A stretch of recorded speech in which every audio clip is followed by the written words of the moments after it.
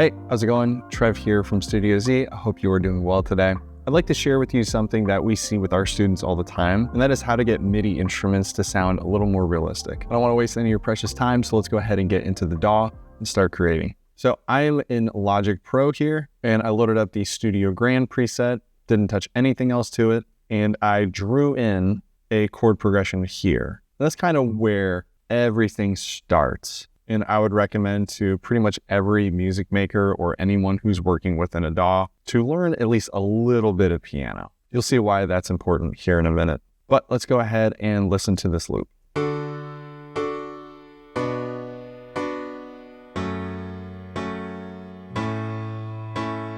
It's very attacky, and it doesn't sound like there's any dynamics in it whatsoever. So the first thing we're going to tackle is really, how do we get dynamics to something like this? Not everybody has a MIDI keyboard. Many people will draw in notes, which that is perfectly okay.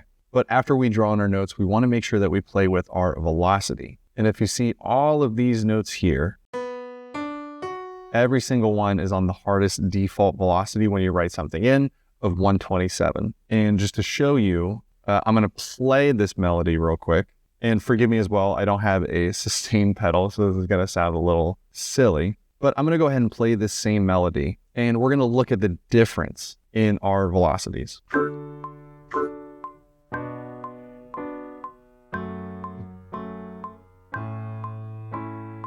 Now, obviously, yes, I am playing it much softer, but look at the color difference here between the two.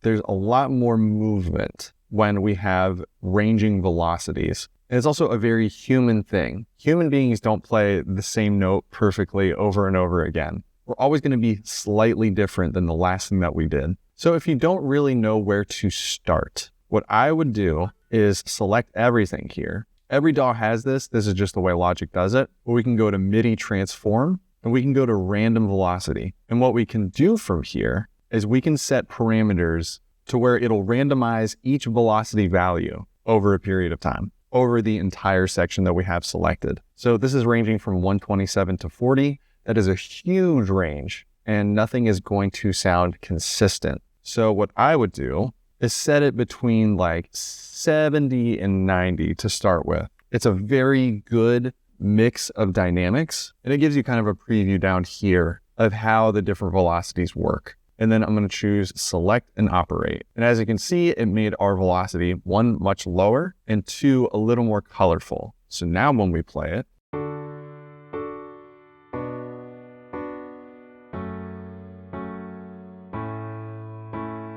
sure, it's softer, but it's also more dynamic. Something else that we can do as well, maybe we want this to be like an accent hit where the first chord is soft and the second chord is a little harder. I can select every other chord here and just bring it up slightly.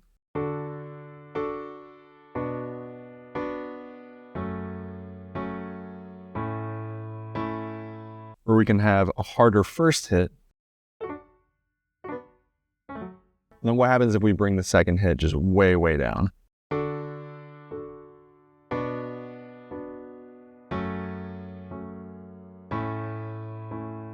I think they're a little too contrasty, but you get the picture. So the next thing that we can do is we can play with our sustain. So if I'm in Logic and I hit A when I'm in the piano roll, I actually can bring up my automation. And if I click on this, we can just go down to sustain, and then we can actually draw in where our sustain pedal lives. I went ahead and turned the bass notes into quarter notes just to give a better example. But if I have all the sustain on, let's listen to this real quick.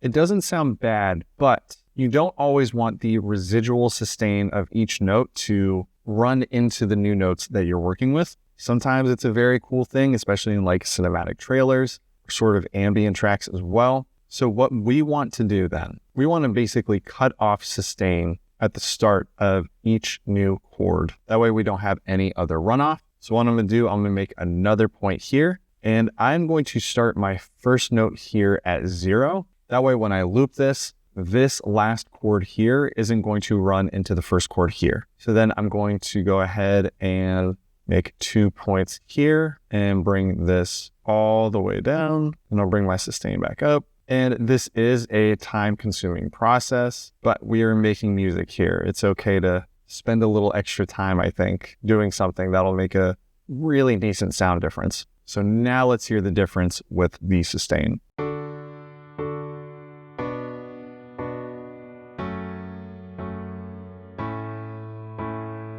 Much better. You don't get the overrun of the notes here. And for all these chords, we're in the same scale. If you're doing kind of like avant-garde or different chords or like a very non-linear chord progression, then sustain, control, and automation is definitely a little more important. All right, so that sounds pretty good, but it's still not all the way there to me. Something that we are now going to focus on is adding human touch and human realism to this. And we get the human element when something isn't perfectly snapped onto a grid. As you can see, I have this quantized, so every single chord is exactly on the beat. Whereas if I record this and just try to stick to the tempo as close as I can,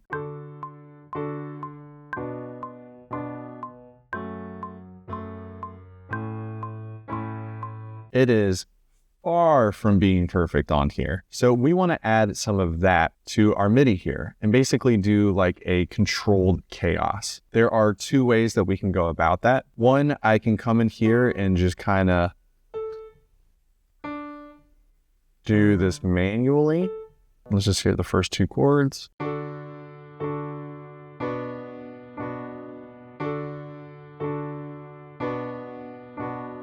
Or I can highlight all of these. And again, we go back to the functions, to MIDI transform, and we can click humanize. And this is just the default. You can play around with these parameters, but let's just go ahead and hit select and operate. And if we zoom in, as you can see, nothing, well, almost nothing is exactly on beat. So let's hear that difference now.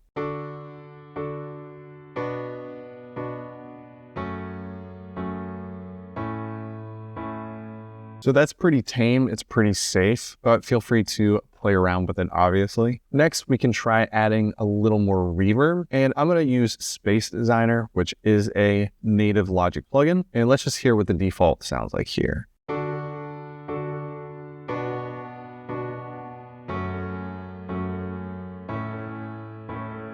Pre-delay is a little much, and I think that we can better shape what this sounds like.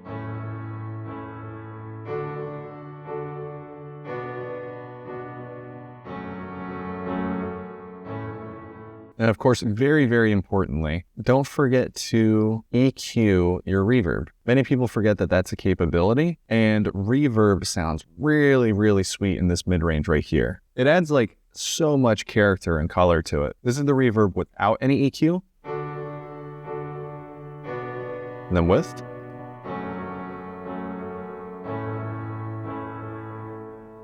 So let's go ahead and blend in our reverb with our dry tone.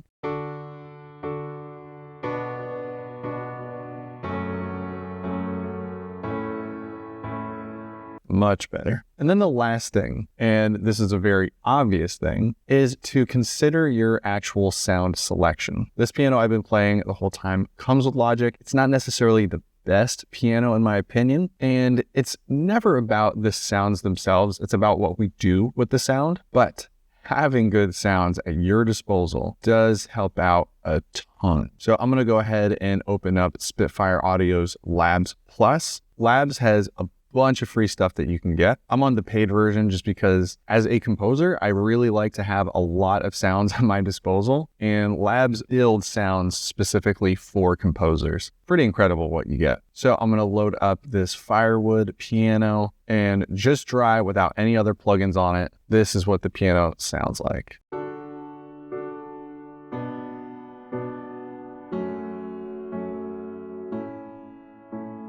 So that is light years better than the Logic piano that we just had. And something great about using something like this as well, it does have built-in reverb. You don't always have to use it. It isn't always the most appropriate depending on the context, but let's just see what that sounds like.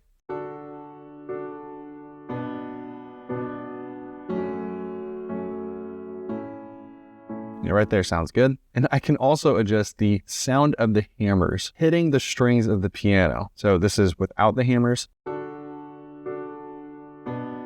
Let's dial it up. Not only that, but we can adjust the sound of the sustain pedal. So this plugin will recognize every time that the sustain pedal is on and off, and it'll adjust accordingly. So this is without the pedal sound.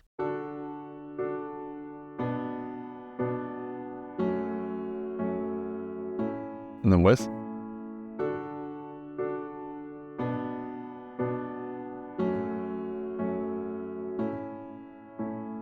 It's like just the slightest little difference that makes that much more realism. But having good sounds to begin with when you're recording something, and then being mindful of your velocity, all of those tiny little things that you do will add up to a very realistic piano sound. So just to show you the difference in what we started out with versus what we ended up with.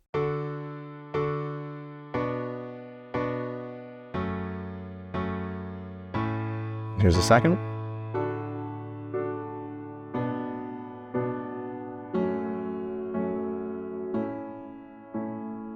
I hope you learned something of value from this video, and I hope it helped you in any sort of way on your musical journey. If you want more production videos like this, please subscribe, and we will see you in the next video.